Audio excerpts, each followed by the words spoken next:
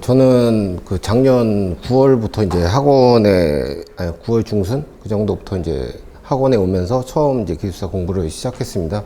그래서 지금 요번이 두 번째 시험 본 거였고요. 뭐 점수 보시면 아시겠지만 제가 좀 아마 거의 뭐 커트라인으로 간당간당하게 합격했습니다. 아마 뭐 여기 계신 분들 뭐 저보다 더 공부 열심히 하고 잘하셨던 분들도 계실 텐데 일단 좀 제가 운이 좀 많이 좋았던 것 같습니다. 일단 제가 그 첫 번째 시험 볼 때 그 당시에는 이제 처음 시험 볼 때가 한 4개월, 5개월 그 정도 좀 기간이 좀 많이 있었습니다. 많이 있었는데 이제 저희 정규반 수업 끝나고 나서 이제 한 달 넘게 좀 시간이 있었는데 그때 이제 관리가 잘 안 되더라고요. 이제 뭘 공부해야 될지도 모르겠고 이제 영 안 돼가지고 그래서 일단 첫 번째 시험을 봤는데 첫 번째 시험은 50점 맞았습니다. 50점 맞았는데 그 이제 각 과목마다 이제 문제도 이제 거의 하나씩은 거의 뭐 한 페이지, 두 페이지 그 정도밖에 못 썼고요. 그 처음에 아마 이제 시험도 잘 안 하고 하다 보니까 이제 제가 시간 관리가 좀 많이 부족하더라고요.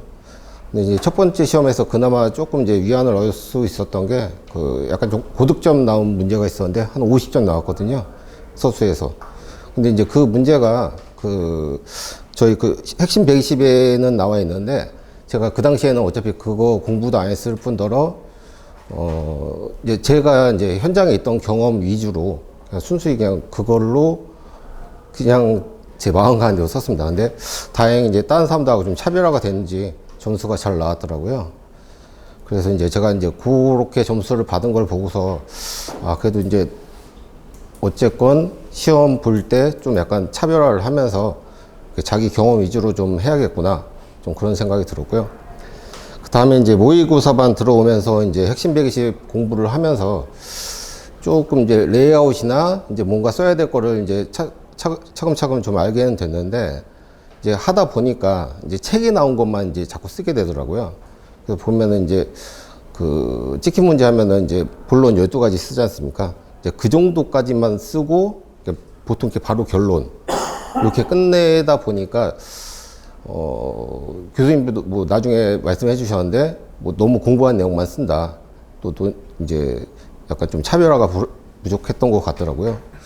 그리고 이제 가끔 모의고사 시험 볼 때도 시간이 조금씩 부족했는데 마지막에 이제 400분 모의고사 학원에서 봤을 때 그때 약간 좀 멘붕이 오더라고요. 이제 모의고사 할 때는 보통 이제 서술 2문제하고 영어 몇 문제씩 하다가 갑자기 이제 그 서술 4개를 쓰니까 좀 약간 시간 관리가 또 전혀 안 되더라고요. 그래서 거기서 좀 많이 좀 멘붕이 왔는데 다음에 이제 교수님이 좀 얘기해 주셔가지고 좀 더 시간 관리하고 그다음에 약간 좀 그 막판에 좀 엑스트라 같은 거 좀 추가적으로 좀 쓰는 거에 그 실제 시험 볼 때 좀 노력을 했고요.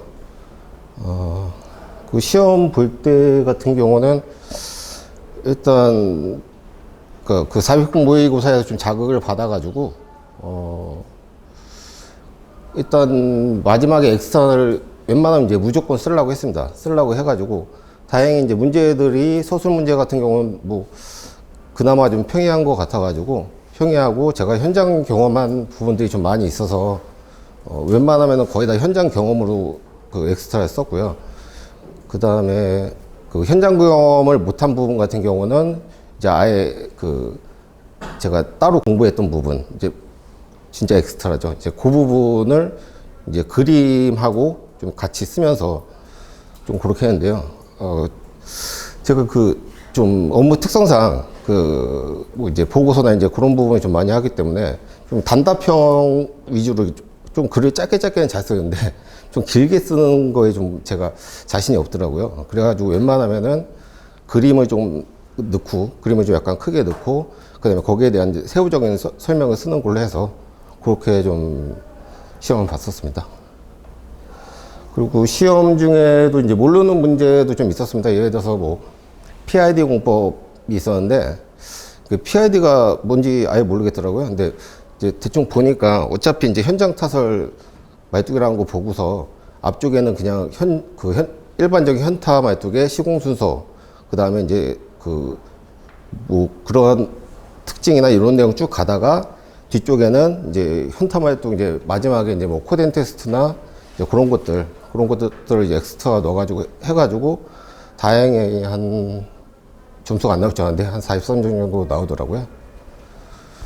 그거하고 이제 다른 문제 중에 약간 특별했던 거는 그 매립공사 문제 나오지 않았습니까? 거기서 제가 전에 매립공사 경험이 있는데 그쪽에서 이제 현장 경험도 있지만 이제 그 행정상 특징상을 좀 썼습니다. 그래서 매립공사할 때 그 처음부터 이제 공사 끝날 때까지 이제 인허가 하는 과정, 그거를 간단하게 플로우 차트로 해가지고 작성을 했는데 그것도 뭐 점수가 아주 잘 나오진 않았지만 그래도 뭐 괜찮은 점수가 나와서 뭐 운 좋게 좀 합격할 수 있었던 것 같습니다. 감사합니다. 그럼 요거는 시험 봤을 때도 예. 어려웠어요? 영어를 시험 봤을 때? 예, 물론 문제가 몇 개 좀 있었는데, 그러니까 저도 평상시에는 오히려 용어가 좀 자신이 있었는데 좀 점수가 많이 안 나왔더라고요. 아, 잘 나올 것 같았는데 점수가 안 나온 거예요? 예. 아, 점수가? 예. 하루에 공부는 얼마나 하셨어요? 평일에는 한 2시간에서 3시간, 주말에는 한 6, 7시간 정도? 궁금하신 거 질문하실 거 없으시면